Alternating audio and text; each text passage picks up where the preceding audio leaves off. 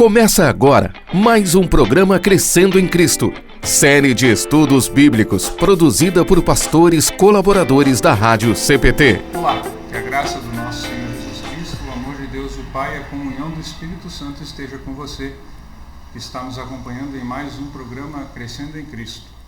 Eu sou o pastor Fabrício Jung, pastor da Igreja Evangélica Luterana do Brasil, aqui na cidade de Teófilo Otoni, Minas Gerais. E convido você a observarmos mais um pouco da Palavra de Deus através do capítulo 9 da primeira carta do apóstolo Paulo aos Coríntios. 1 aos Coríntios, capítulo 9, e nós então vamos falar um pouco sobre aquilo que Paulo tem como direito. É interessante que, por vezes, o ministério ele é colocado em xeque por muitas pessoas. Pessoas pensam que o apóstolo, o pastor ou aquele que se coloca à disposição de Deus para pregar a palavra, ele não tem direitos. Ou então ele tem direitos limitados, ele não pode se deixar levar por qualquer outra coisa. Mas Paulo diz que não é bem assim. Ele fala de forma bastante convincente sobre aquilo que ele pode ou não fazer, mas principalmente ele chama atenção para aquilo que ele fez pelo povo em Corinto. Diz assim o texto: não sou porventura livre? Não sou apóstolo? Não vi o Senhor Jesus? Acaso não sois fruto do meu trabalho no Senhor? Se não sou apóstolo para outrem, certamente o sou para vocês, porque vós sois o selo do meu apostolado no Senhor. A minha defesa perante os que me interpelam é essa: não temos nós direito de comer ou beber, e também o de fazer-nos acompanhar de uma mulher irmã, como fazem os demais apóstolos e os irmãos do Senhor e Cefas? Ou somente eu e Barnabé não temos o direito de deixar de trabalhar?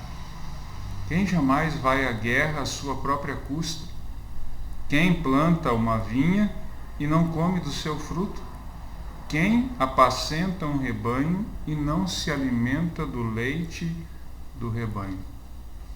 Paulo está chamando atenção aqui para pessoas que estavam querendo dizer que ele era um apóstolo ou alguém de segunda linha, que ele não tinha direitos adquiridos para receber o mesmo tratamento que os apóstolos, que ele era alguém que não merecia. Então ele diz: olha, eu esperaria ouvir isso de muitas pessoas, mas não de vocês, porque vocês são o selo do meu ministério. Vocês são a joia da minha coroa, vocês são a menina dos meus olhos. A cidade de Corinto era muito especial para Paulo, mas ele lembra que eles também lhe deviam o direito de tratamento como qualquer outro apóstolo.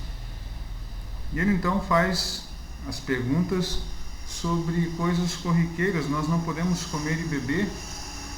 Então quer dizer que se nós não somos apóstolos e não temos o direito de trabalhar, nós não podemos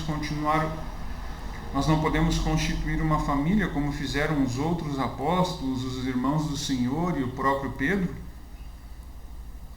E então ele busca que o povo encontre alguma lógica na proposta que eles estavam fazendo, dizendo que aquele que trabalha é digno de receber o seu salário, que aquele que está na guerra não vai porque quer, mas aquele que apacenta as ovelhas, aquele que come, que planta a vinha, ele também tem direito de receber parte daquilo que está sendo plantado. Então ele chama atenção na sequência do texto para aquilo que a própria palavra de Deus diz. Ele diz: porventura falo isso como homem, ou também não diz isso a lei? Porque Moisés na lei diz: não atarás a boca do boi quando pisa o trigo. Acaso é com bois que Deus se preocupa? Ou é seguramente por nós que ele diz: certo que é por nós que está escrito, porque o que lavra, cumpre fazê-lo com esperança. O que pisa o trigo, faça-o na esperança de receber a parte que lhe é devida.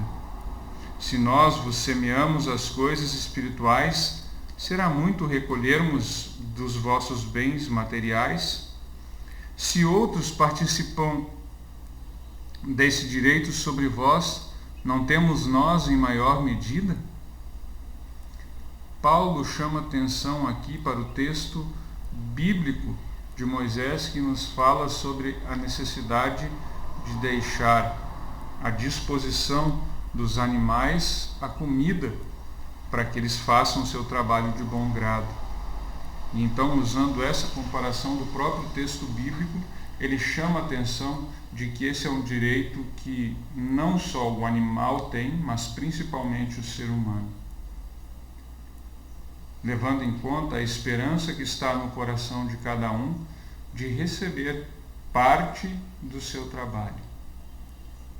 Paulo está aqui ampliando os horizontes da lei de Deus e dizendo: olha, vamos tomar cuidado para que não possamos ver a lei apenas naquilo que nos convém, mas também e principalmente através dos nossos deveres.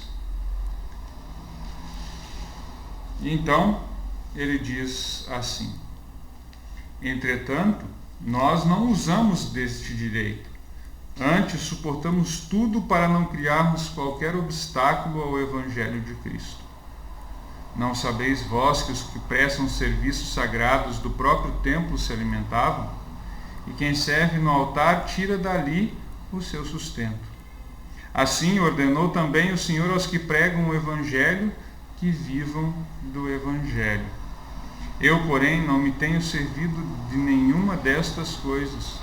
E não escrevo isso para que assim se faça comigo, porque melhor me fora morrer antes que alguém anule esta glória. Se anuncio o Evangelho, não tenho motivo de me gloriar, pois sobre mim pesa a obrigação, porque ai de mim se eu não pregar o Evangelho. Se o faço de livre vontade, tenho galardão, mas se constrangido, é então a responsabilidade de despenseiro que me está confiada.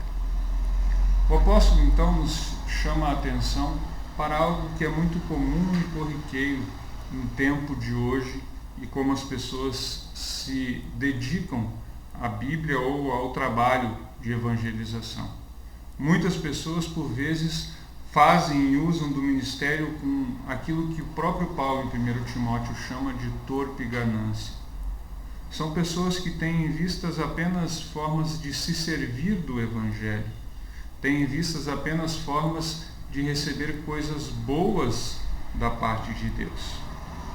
Então Paulo, ele nos chama a atenção de que aquele que anuncia o Evangelho não traz nenhuma glória para si, e que um pastor ou um servo não deveriam buscar em seu direito ou buscar revelar o seu direito para que recebessem aquilo que lhe é devido.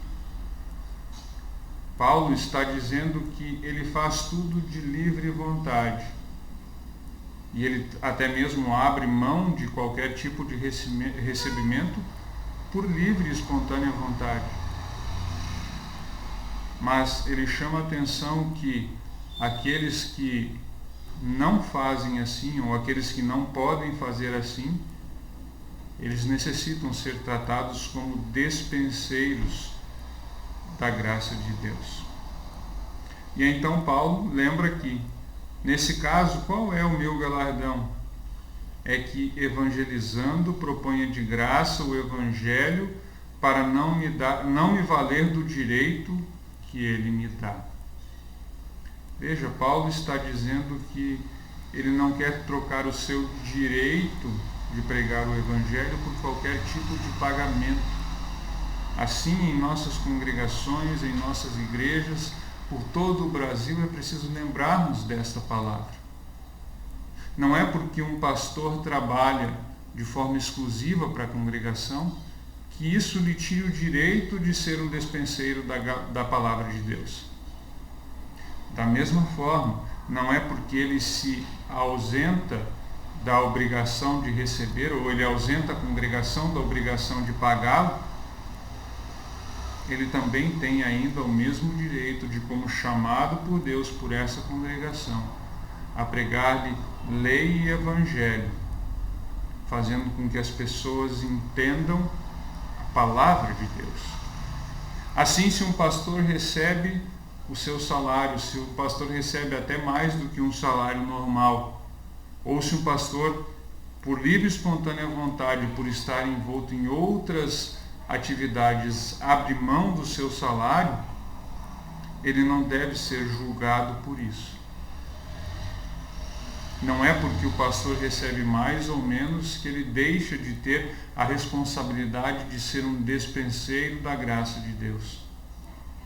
Uma congregação não pode, de forma alguma, tentar comprar as palavras do pastor através daquilo que eles lhe pagam. E aí então Paulo diz o seguinte, a partir do verso 19: porque sendo livre de todos, fiz-me escravo de todos, a fim de ganhar o maior número possível. Procedi para com os judeus como um judeu, a fim de ganhar os judeus, para os que vivem sob o regime da lei, como se eu mesmo vivesse assim, para ganhar os que vivem debaixo da lei. Embora não esteja eu debaixo da lei, ao sem lei, como se fosse sem lei para com Deus, mas debaixo da lei de Cristo, para ganhar os que vivem fora do regime da lei. Fiz-me fraco para com os fracos, a fim de ganhar os fracos. Fiz-me de tudo para com todos, a fim de ganhar alguns. O que Paulo chama atenção então aqui, especialmente ele está falando do seu ministério, é que ele não perdeu oportunidade alguma de pregar a palavra de Deus.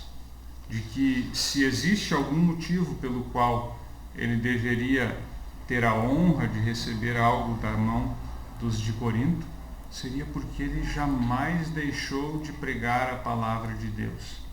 E ele foi a todos os cantos, ele foi aos gentios, ele foi aos crentes, ele foi aos judeus, ele foi aos fracos, ele fez de tudo para com todos, a fim de salvar alguns.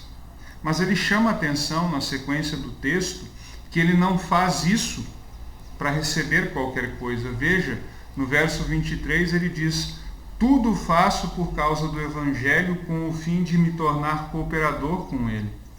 Não sabeis vós que aqueles que correm no estádio, todos na verdade correm, mas um só leva o prêmio? Correi de tal maneira que o alcanceis. Todo atleta em tudo se domina.